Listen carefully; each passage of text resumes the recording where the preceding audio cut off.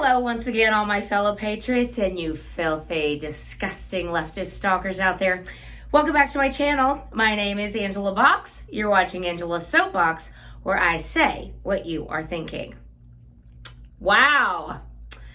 I gotta tell you, the straw is coming early and hard this week. And if you're new to my channel, every week I dedicate a plastic straw to a filthy leftist or organization that richly deserves it. And before I tell you who is getting the straw this week, if you're not subscribed to my channel, please go ahead and hit the subscribe button. Share my content with your friends, and especially your filthy leftist friends, because they hate my guts. And that's always fun to watch their heads explode. Every week on my website, Angela's Soapbox, I write an article. And this week's article is appropriately called Leftists Hate Your Children, because they don't want to reopen schools. And that's all linked down below. So please go ahead and hit the subscribe button and do all the other crap YouTube tells, or overlords at YouTube tell you to do before this video is memory hold, because I am going to be talking about hydroxychloroquine. So hopefully you can watch this before it's memory hold forever and ever. All right, guys, without further ado, this week the plastic straw goes to none other than the entire Democrat side of the Judiciary Committee. Totally bummed out because my Diet Coke, it's spewing. My Diet Coke is not cold. But the show must go on, right? Anyway, unless you were living under a rock on Tuesday, the Democrats invited Attorney General William Barr up to Capitol Hill to testify on why he's such a scumbag. And they proceeded to make themselves look like complete a-holes, as they always do. And I tuned in during the day. I was like, is this the Brett Kavanaugh hearing again? I mean, that's kind of what I felt like.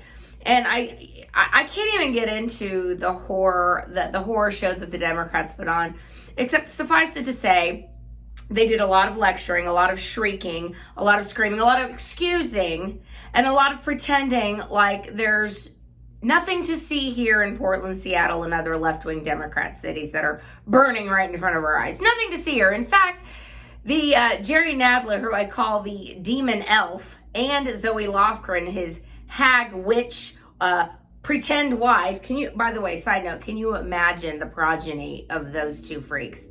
Yikes. Imagine if they had a baby. Anyway, both Zoe Lofgren and Jerry Nadler made the laughable accusation to William Barr that Trump was wanting these riots and protests because he can get video for his re-election commercials. So the Washington Post last week put out this totally bogus fake news article that was immediately shot down. Another anonymous source. Look, at this point, I think that they're just making things up and the media run with it because, of course, and, Trump is like, no one said that. No one in my administration has said anything like that, but they run with it anyway. So if you didn't know, last week, the Washington Post had a fake news story saying that Trump was basically Mephistophelies, like, oh, I hope the riots keep going. I hope more people get killed. I hope more cities get burnt down, because that'll be good video for my re-election campaign. It'll go viral.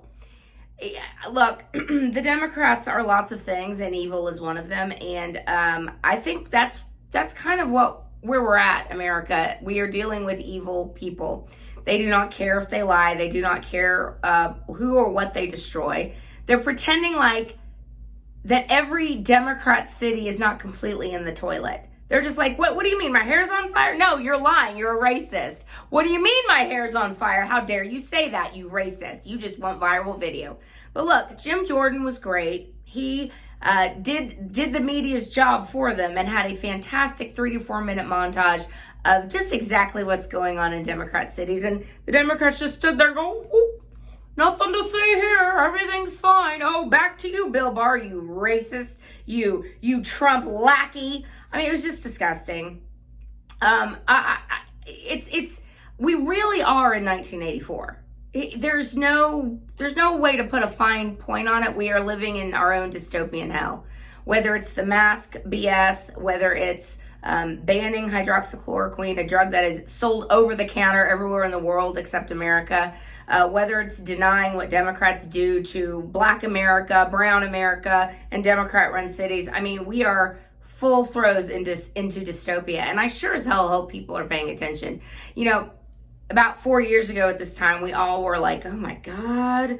Oh my, like we all pretty much assumed Hillary was going to win. We were hoping. We saw Trump's rallies. We saw the enthusiasm, but we're like, this is just a juggernaut. Like, it's going to be so hard to beat this witch, this cankled fiend, Hillary Clinton.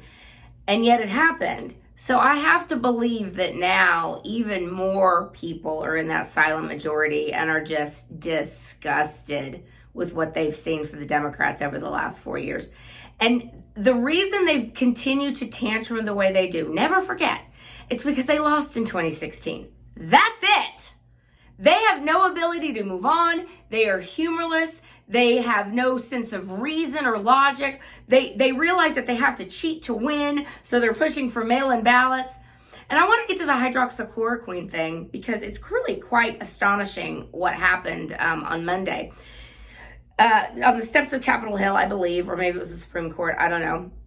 There's a group of doctors. It was the White Coat Conference or something like that. It was just maybe 10 or 12 doctors from around the country and one representative out of North Carolina. I think his name is Northam. Not Ralph Northam, but a good Northam out of North Carolina. One of the good guys, a Republican.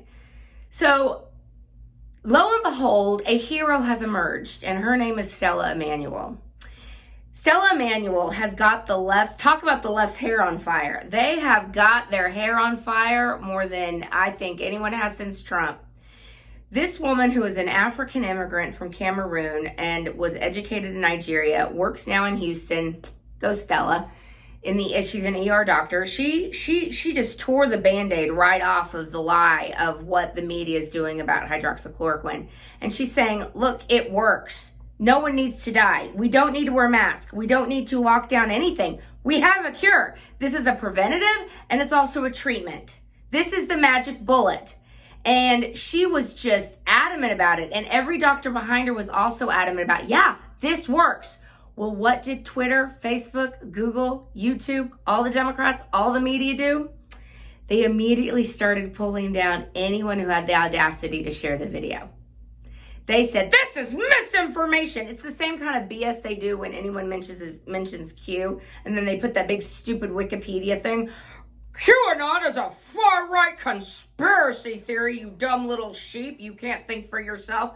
I have so had it with these people, thinking that we are all as stupid as the people that listen to their garbage. We are not. Half of the country, if not more, are fully awake. And more of us are waking up every day to their lies and deception and pure evil. And the fact that the media wants to tout a drug that costs $1,000 a dose, or some unknown vaccine that Bill and Melinda Gates just so happen to be behind, that Dr. Fauci just so happens to be behind. Oh, nothing to see here. Hydroxychloroquine has been on the market for 65 years treating malaria and other diseases. There's no death. The studies that have been shown proving that it's dangerous have all been quackery and have been retracted. Or it's been shown that the people who do the studies are full-blown leftist lunatics. This is a safe drug, and Dr. Stella Emmanuel is my hero. I was like, yes, girl, yes, sis, preach. But of course, she has to be silenced and destroyed. Isn't that funny? A female African immigrant who actually is, providing something useful to society. Can't have those kinds of immigrants, no. But we can have, 47 million Guatemalans team over into America who speak no English and have no discernible skills. Sure, that's great. Let's bring them. Look, Dr. Emmanuel is exactly the kind of immigrant every single American wants to have in this country. And when you talk to people about immigration and you set up an either or, 9 times out of 10, unless they're a filthy leftist, they're going to say, well, yeah, we want people in America who aren't going to be a burden on the welfare state, who can provide for themselves and their family, and who have a skill to give to society. It's not rocket science. But to the left, they've got to have the dumbest people possible, pouring over the border, illegal or illegally, 24 hours a day. The lies. And speaking of some more lies, there was a man named Bernard Trammell I hope I'm saying his name right. He was a very, oh my gosh, I mean, it broke my heart when I read this story, and I'm sure it did yours. He was a 60-year-old black Trump supporter who was known in Milwaukee for engaging people and talking to them about conservatism and Jesus and Trump, and he was very vocal about his support for President Trump. And he was gunned down and murdered. And the media has the audacity to pretend that there's like, well, we don't know if it had to do with his support for President Trump. I mean, the cities are just burning down around us over anyone who supports the president or has the audacity to have, white skin. And then, of course, the media goes out of its way not to report that the suspect is black. I mean, it's hilarious. They had the whole story. Well, the suspect was on a bike, and he was wearing a red shirt and a red and white striped shirt, and had black pants on and a mask and a baseball cap. What color was he? What ethnicity? Oh, well, I can't say that because that's a racist. So let me just release this picture and show you that. Oh, spoiler alert, he's black. So like 90% of all black murders, or 90 to 94% of all black murders, this one was also committed by a black person. But Black Lives Matter, those filthy race-hustling pieces of garbage, will never tell you that, will they? And they've raised $1.3 billion so far from schmucks like every corporation in America and every left-wing Hollywood loser on the planet. 1.3 billion, and it ain't a nonprofit, people, so they can do whatever the hell they want with the money. Remember that. Before I want to make sure I'm getting everything. I'm looking at my notes, making sure I do everything. I mean, there's so much I can get to, but as I always joke, I want to keep my videos under 10 minutes. That isn't happening this week. But I want to tell you a little story before we leave about standing up and pushing back. And it is our duty, and I always say at the end of every video, it is your solemn duty to get in a leftist's face and push back and tell them why they suck and why they're destroying this country. And no, I don't want to coexist with freaks like you. So it's going to be us or them. And everyone needs to start wrapping their brains around that.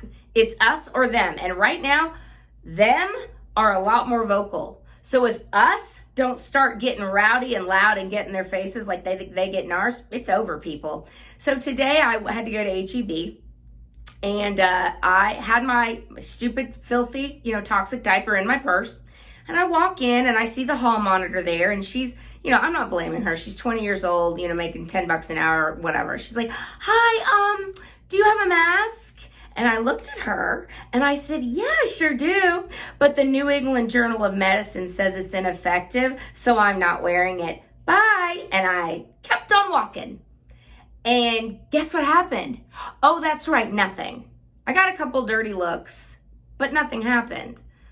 I mean, look, it's depressing to see literally everyone in a store wearing a mask but me. C'est la vie. I mean, I'm not covering this face. Yo, I got to keep this face to the public. I'm playing. But for real, it is up to all of us to, in our own small ways, to push back. And I think the best way we can all start pushing back is to hashtag take off your mask. Just take it off. What are they going to do? Start arresting people? No, just do it. Because if Antifa can do it and the thugs of Black Lives Matter can do it, then by God, you can do it walking into Walmart or HEB. And speaking of Walmart, I guess, I always have to make a hashtag, woke Walmart, and woke HEB, and woke Target, and woke Kroger, and woke Home Depot have realized that, people are getting really pissed off. Like, people have reached their limit on the crap they're going to take. And so they've now walked back their little mask mandate. And spoiler alert, you can go into a Walmart or anywhere, any big box store without a mask, and they can't say nothing to you. Yeah, they still got the stupid posters. Masks are required, you evil person who wants to murder people. But you don't have to wear them. I give information. So anyway, y'all, if I come back later this week for another video, hooray! But if not, I'll see y'all next week. And as I implore you every week, it is your duty, it is your sacred honor to get in a leftist's face every week because they deserve it. They are filthy, they are evil, and we cannot coexist with them. So if they want to continue playing these games with this country and try and tear us apart and place races against each other and pit Americans against Americans, they need to be destroyed. And there's no two ways about it because they want to destroy us. So until next week, everyone, bye.